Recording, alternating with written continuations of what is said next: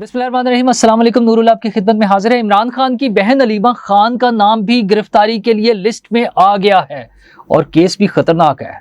वैसे तो सारे खतरनाक केसों से भी लोग बरी हो रहे हैं, लेकिन वो जजेस जो गैर जरूरी एफिशिएंसी दिखा रहे हैं, मतलब वैसे तो कानून के मुताबिक काम होना चाहिए, वो ठीक है, लेकिन जजेस को एक सख्त पैगाम जरा नरम तरीके से पहुंचा दिया गया है। वो क्या गाना था, जोर का झटका होले से या कुछ इस तरह से, तो बड़ा सख्त सा पैगाम नरम तरीके से जजेस को पहुंचा दिया गया है। ये क्या कार्रवाई है, क्या सारी चीज़ें हो रही हैं, और इसके साथ साथ जनाब फौजी अदालतों के भी फैसले आने वाले हैं, वो भी बड़ा अहम बात है। और इमरान खान की नाअहली कैसे होनी है, किस केस में होनी है, और आसिफ जरदारी साहब की मंजूरी क्यों ज़रूरी थी, जो अब वो मान गए हैं, वो क्या कहानी है, वो किस चीज़ पर मान गए हैं और उसका क्या फ़र्क पड़ेगा, उससे क्या असर पड़ेगा, ये चीज़ें तो होंगी। लेकिन हमारे आर्मी चीफ को फ्रांस में गालियां पड़ गई हैं, ये भी अलग सी कहानी है।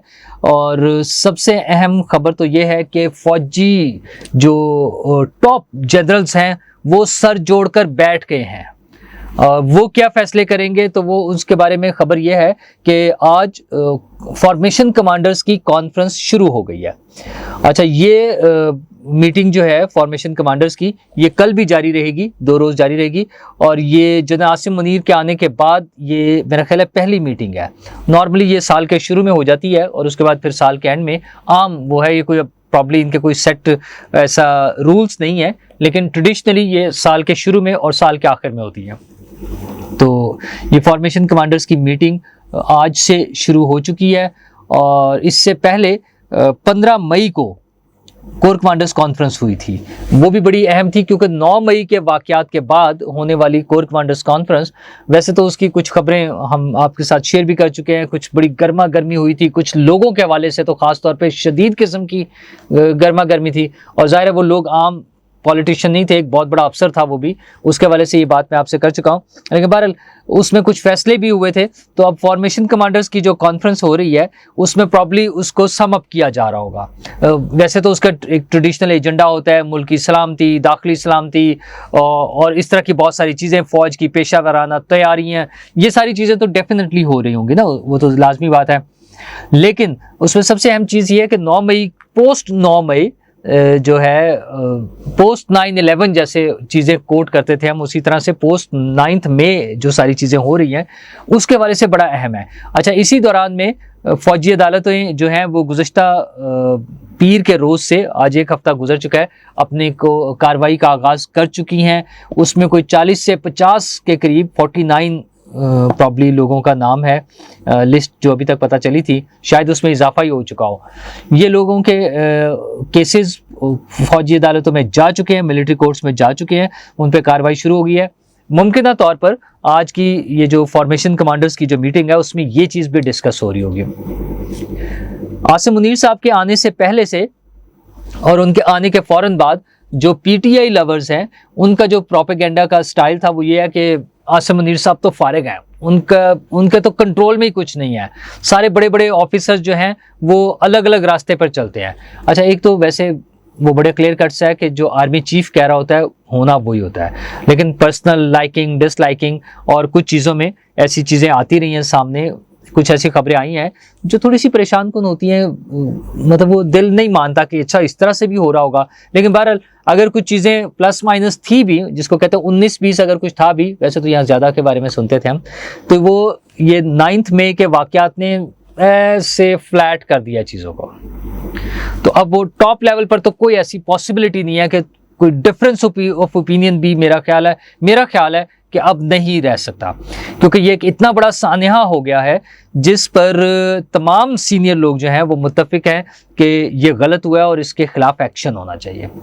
अच्छा, सिवाय चंद एक लोगों के जो बहुत ही ज़्यादा बाइस्ड होकर अगर सोचेंगे या शदीद किस्म के वो लफ्ज़ में अब जो खान साहब के चाहने वालों के बारे में होते हैं, मैं वो तो नहीं कहना चाहता, लेकिन वो शदीद किस्म के हामी हो अगर इमरान खान साहब के, और वो आंखों पे पट्टी बांध लें तासुब की, तो फिर वो उसकी हिमायत कर सकते हैं। और हैं ऐसे लोग, ये नहीं कि नहीं है, मतलब मैं पर्सनली ऐसे लोगों को जानता हूँ जिनको जो इस किस्म की चीज़ों की जस्टिफिकेशंस ढूंढते हैं और वो बताते हैं कि नहीं, कैसे फ़ौज को दिल बड़ा करके आगे आना चाहिए और छोड़ देना चाहिए, भूल जाना चाहिए, इस तरह के भी लोग मौजूद होते हैं। लेकिन फ़ौज की तरफ से तो बड़ा क्लियर कट मैसेज था। बार बार रिपीटेडली आर्मी चीफ ने बयान दिया कि 9 मई के लोगों के लिए ज़ीरो टॉलरेंस, उनको नहीं माफ़ किया जाएगा। अच्छा, उसमें हमने बहुत सारे केसेस देख लिए, हम रोज़ दोहराते हैं उनके नामों के, वो खदीजा शाह से लेकर और जो नाम है उनको दोहराने का कोई फ़ायदा नहीं है। लेकिन हो ये रहा है कि साथ साथ ही लोगों की जो है ना वो ज़मानतें हुए जा रही हैं। अच्छा, उनके लिए भी एक तो बड़ा आसान सा सिस्टम था कि पहले हमने देखा हुआ है कि किस तरह एक एक फौजी ऑफिसर जो है वो सारे सुप्रीम कोर्ट को चला रहा होता था। तो अब अगर ऐसा नहीं हो रहा तो उसमें लोगों को ख्याल करना चाहिए। मतलब यास्मीन राशिद साहिबा के केस में मेरी कुछ सीनियर लोगों से बात हुई, उन्होंने कहा कि वो जाहिर है केस के पहली जो एफआईआर थी उसमें नाम नहीं था, वो नामालूम अफराद लिखे थे। उसके बाद ज़िमनी जो है सिर्फ एक पेज टर्न करें तो नेक्स्ट पेज पे वो नाम मौजूद है। तो इस बेस पर केस डिस्चार्ज कर देना, एक मुलजिम को छोड़ देना कि नहीं जी इनका नाम नहीं है बराह रास्त, अच्छा दैट्स नॉट फेयर ना। और ये नॉर्मल प्रैक्टिस है कानून की कि उसमें नाम बाद में ऐड हो रहे होते हैं ज़िमनियों में, और ये सारी चीज़ें, ये टेक्निकल इश्यूज़ है, उसके हवाले से, कानून के हवाले से, लिटिगेशन के हवाले से, मुकदमेबाजी के हवाले से, ये रूटीन की चीज़ें हैं। लेकिन बहरहाल वो उन्होंने कर दिया। इसी तरह परवेज़ इलाही साहब के मामले में भी उनके गवाहान को और दीगर मामलात को सुनने के बजाय स्ट्रेट वे कि नहीं जी बस छोड़ दें, ये तो इनका तो केस ही खारिज हो जाता है। इस तरह की चीज़ें फेयर नहीं है। अच्छा, परवेज़ इलाही साहब के केस में तो जज के बारे में जितनी तफसील से हुकूमत ने बता दिया है, वो जो हैं हमारे गुलाम मुर्तज़ा विर्क साहब, उनका जो पॉलिटिकल एफिलिएशन है, अच्छा वो किसी भी शख्स की हो सकती है ना, मेरी भी होगी किसी के साथ, कम या ज़्यादा हो सकती है, उनकी भी हो सकती है, लेकिन उसको प्रोपेगेट करना अपने सोशल मीडिया अकाउंट्स के ज़रिए वो अजीब लगता है। मतलब वो शो करता है कि वो एक आम नॉर्मल इंसान जिस तरह एक लाइकिंग डिसलाइकिंग है उस तरह से नहीं है, वो थोड़ा सा एक्स्ट्रा ऑर्डनरी, फिर उसी कैटेगरी में चले जाएंगे जो इमरान खान साहब से चाहने वाले कहलाते हैं। तो सॉरी, मुझे बहुत अच्छा नहीं लगता वो लफ्ज़, इसलिए मैं बार बार उसको दोहराना नहीं चाह रहा। तो इन लोगों को बड़ा क्लियर कट मैसेज पहुंच गया है, पहुंचाना शुरू कर दिया आज के दिन से ही, और ज़ाहिर कुछ सीनियर लोग ही जाएंगे, और कमाल ये है कि वो खुद जा रहे हैं, लेकिन बड़े अच्छे नोट पर जाकर बात करके सिर्फ उनसे डिस्कस ये करना है कि हजूर आप कानून को सामने रखें, आइन को सामने रखें, उसको देखकर फैसले करें। ये पर्सनल लाइकिंग डिसलाइकिंग पर और पॉइंट स्कोरिंग टाइप सी चीज़ें जो है ना उस तरह से छोड़ दें। हाँ, कानून के मुताबिक जिसका राइट बनता है, जिसको रिलीफ मिलना चाहिए, जिसको जमानत मिलनी चाहिए, जिसका केस डिस्चार्ज होना चाहिए, सारा कुछ होना चाहिए, और हो रहा है, रूटीन में होता है लोगों का ना। लेकिन महज इस वजह से कि नहीं इसको तो आते ही हमने छोड़ देना है, क्योंकि फिर बहुत सारे केसेस में इससे ऊपर सीनियर कोर्ट्स के जो हाई कोर्ट के और सुप्रीम कोर्ट के जजेस की जो वीडियोज़ मौजूद हैं, जो हमने देख ली हैं, ऑडियोज़ मौजूद हैं जिनके हवाले से, केसेस के हवाले से भी बात हो रही है, वो सारी जो चीज़ें हैं वो फिर सामने आती हैं। तो उससे फिर समझ आती है कि नहीं ये मामला जो है ना कुछ ठीक नहीं होंगे। इन मतलब फिर वो मैसेज जाने की ज़रूरत समझ आती है कि मैसेज क्यों पहुंचाया जा रहा है। अच्छा, कौन पहुंचा सकता है, ये आप माशाल्लाह खुद समझदार हैं। ज़ाहिर है कोई ऐसे लोग ही होंगे जो जिनकी बातें लोगों को समझ आ जाती होंगी, हर एक की बात तो नहीं समझ आती ना। तो दूसरा ये हो रहा है कि उसके केसेस में इजाफा भी हो रहा है। अलीमा खान साहिबा का नाम भी जियो फेंसिंग में आ गया है। हुकूमत की तरफ से, आईजी पंजाब की तरफ से, मुख्तलिफ सोर्सेज से जो ब्रीफिंग्स आ रही हैं उसमें बताया जा रहा है कि वो चूँकि प्रॉपरली उसको चेक कर रहे हैं, डाटा ज़्यादा है, और कोशिश ये कर रहे हैं हुकूमत की तरफ से, जो उनका वर्जन है जिसमें सीएम साहब ने भी कहा और बाकी लोगों का भी ख्याल है कि हम एहतियात से चल रहे हैं कि बेगुनाह लोगों के नाम नहीं आने चाहिए, वो ना फंसे। तो उसमें जो नए नाम आए हैं उनमें अलीमा खान साहिबा का नाम भी है। ये मारूफ शख्सियत है, इमरान खान साहब की बहन है, और वो सिलाई मशीनें और वो जो था ना एमनेस्टी में पैसे, ब्लैक मनी वाइट करना, और ये सारी चीज़ें हमने सुनी हुई हैं, इनके बारे में केसेस थे। लेकिन खैर वो अलग मसाइल थे, वो कैसे अदालतों ने उन्हें क्लियरेंस दी, वो सारी स्टोरीज तो हमारे पास आई। लेकिन अब 9 मई के वाक़यात में भी उनका नाम आ रहा है। खान साहब के एक भांजे जो अलीमा खान साहिबा के साहबजादे नहीं हैं, बल्कि आई थिंक उनकी नौरीन नाम है शायद उनकी वालदा का, if I am not wrong, तो वो बल्कि हफीजुल्लाह नियाज़ी साहब के साहबजादे हैं वो, और इमरान खान साहब की बहन ज़ाहिर उनके बेटे हैं वो, तो उनका तो नहीं, लेकिन अलीमा खान साहिबा का अब नाम उसमें आ गया। और उसके हवाले से ज़रा ये कह रहे हैं कि अगर वो शामिल तफ्तीश नहीं होती तो उन्हें गिरफ्तार भी कर लिया जाएगा। दूसरी बात जो हो रही है वो है फौजी अदालतों के हवाले से भी, कि मुमकिन तौर पर जो फौजी अदालतों के फैसले हैं क्या आ रहे हैं, उसको कैसे देखा जाएगा और किस तरह से इम्प्लीमेंट किया जाएगा उनकी सजाओं को या चीज़ें। मुमकिन तौर पर ये जो फॉर्मेशन कमांडर्स की मीटिंग है उसमें ये चीज़ भी डिस्कस की जा रही होगी। और सबसे अहम चीज़ है इमरान खान साहब की नाअहली, क्योंकि एक बड़ा शोर है कि इमरान खान साहब का भी केस फौजी अदालतों में चला जाएगा। इमरान खान साहब खुद भी अक्सर अपने वीलॉग में, वो जो अक्सर बड़ा रेगुलरली करते हैं, उसमें बताते हैं कि मुझे फौजी अदालतों से सज़ा दिलवाई जाएगी।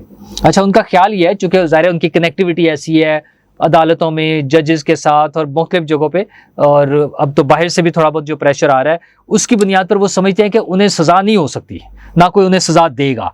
तो अगर उनको सज़ा मिलने की गुंजाइश है तो वो सिर्फ और सिर्फ फौजी अदालतों से है।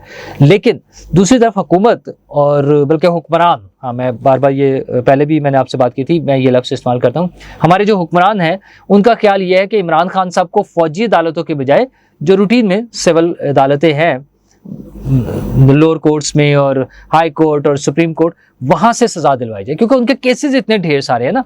अच्छा, फॉरेन फंडिंग है, एक बड़ा स्ट्रॉन्ग केस है, उसका भी चंद दिनों में फैसला महफूज हो जाएगा और सुना दिया जाएगा प्रॉब्ली, अगर कम से कम या तो महफूज हो जाएगा या सुना दिया जाएगा, क्योंकि चीज़ें फाइनल हो गई हैं।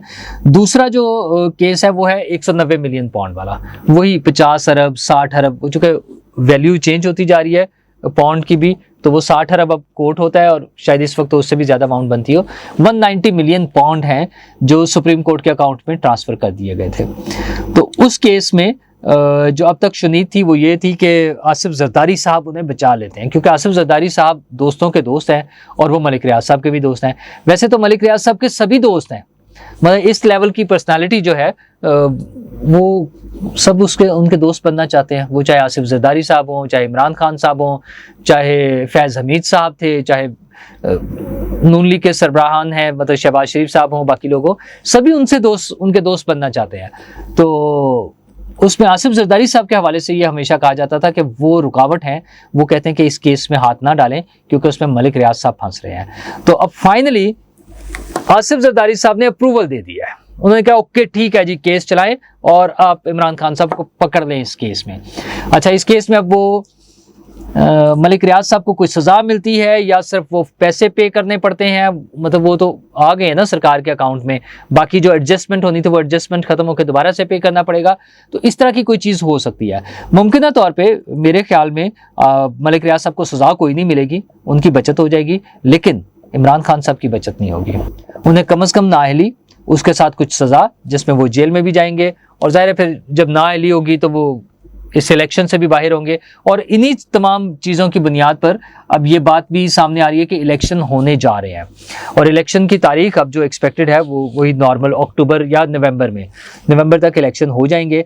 उसकी वजह यह है कि अब इमरान खान साहब चूँकि सिस्टम से आउट हो रहे हैं, प्रैक्टिकली तो वो हो गए हैं, लेकिन फॉर्मली उन्हें निकालने के लिए उनकी डिसक्वालिफिकेशन और उनके पार्टी के लोगों का भी जो सारा तितर बितर होना है, काफ़ी सारे लोग जा चुके हैं, मजीद लोग आइंदा चंद दिनों में चले जाएंगे। अच्छा, वो किस पार्टी में जा रहे हैं और किस पार्टी में जाएंगे और क्या मुस्तकबिल का सियासी नक्शा बनने जा रहा है, और इवन जो नए नाम आ रहे हैं निगरान सेटअप के हवाले से, और कौन लोग ज़्यादा अहम होंगे, ये सारी चीज़ों पे मैं अपने अगले व्लॉग में आपसे डिस्कस करूंगा।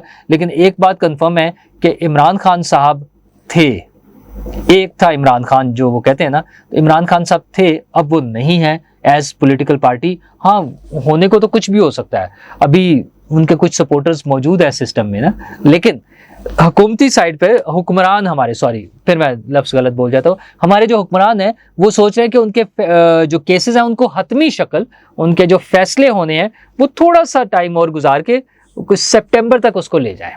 तो सितंबर में क्या मुआवजे हो जाएंगे और क्यों हमारे हुक्मरानों को यकीन है कि वो उन्हें रिलीफ नहीं मिल पाएगा, अनड्यू रिलीफ, सीधी सी बात है, चीफ जस्टिस साहब जा रहे हैं, उमर अता बंदियाल साहब। तो लोगों का ख्याल ये है कि उमर अता बंदियाल साहब की मौजूदगी में इमरान खान साहब को एक्स्ट्रा रिलीफ मिलता है, आउट ऑफ द वे जाके रिलीफ मिलता है। वो है ना कि हो सकता है उन तक हमारी बात ना पहुंची हो, फैसला उन तक ना पहुंचा हो, और गुड टू सी यू और गुड लक, और ये सारी चीज़ें जो हैं हम देख चुके हैं। उनकी बिना पर हमारे जो हुक्मरान हैं उनका ख्याल ये है कि केसेस को आराम से लेकर चलें, और सितंबर के बाद इमरान खान साहब आराम से आउट हो जाएंगे। उस वक्त तक अपनी जुलाई से ऑनवर्ड्स तैयारी शुरू हो जाएगी, इलेक्शन की वो जो शक्ल है वो भी सामने नजर आनी शुरू हो जाएगी। प्लानिंग मैंने आपसे कहा कि मैं अगले व्लॉग में आपसे डिस्कस करूंगा, और ये सारी चीज़ें करके हम एक नए इलेक्शन की तरफ चले जाएंगे। हमें उम्मीद करनी चाहिए कि इलेक्शन हो, जैसे भी जब भी हो रहे हैं, उन सारी चीज़ों के साथ साथ हमारी मईशत थोड़ी सी बेहतर हो जाए। उसके लिए कुछ अच्छी खबरें भी हैं, कुछ चीज़ें उम्मीद अच्छी नज़र आ रही है कि बेहतर हो जाएंगी, ताकि लोग अपनी ज़िंदगियां आराम, सुकून और बेहतर तरीके से गुजार सकें। शुक्रिया।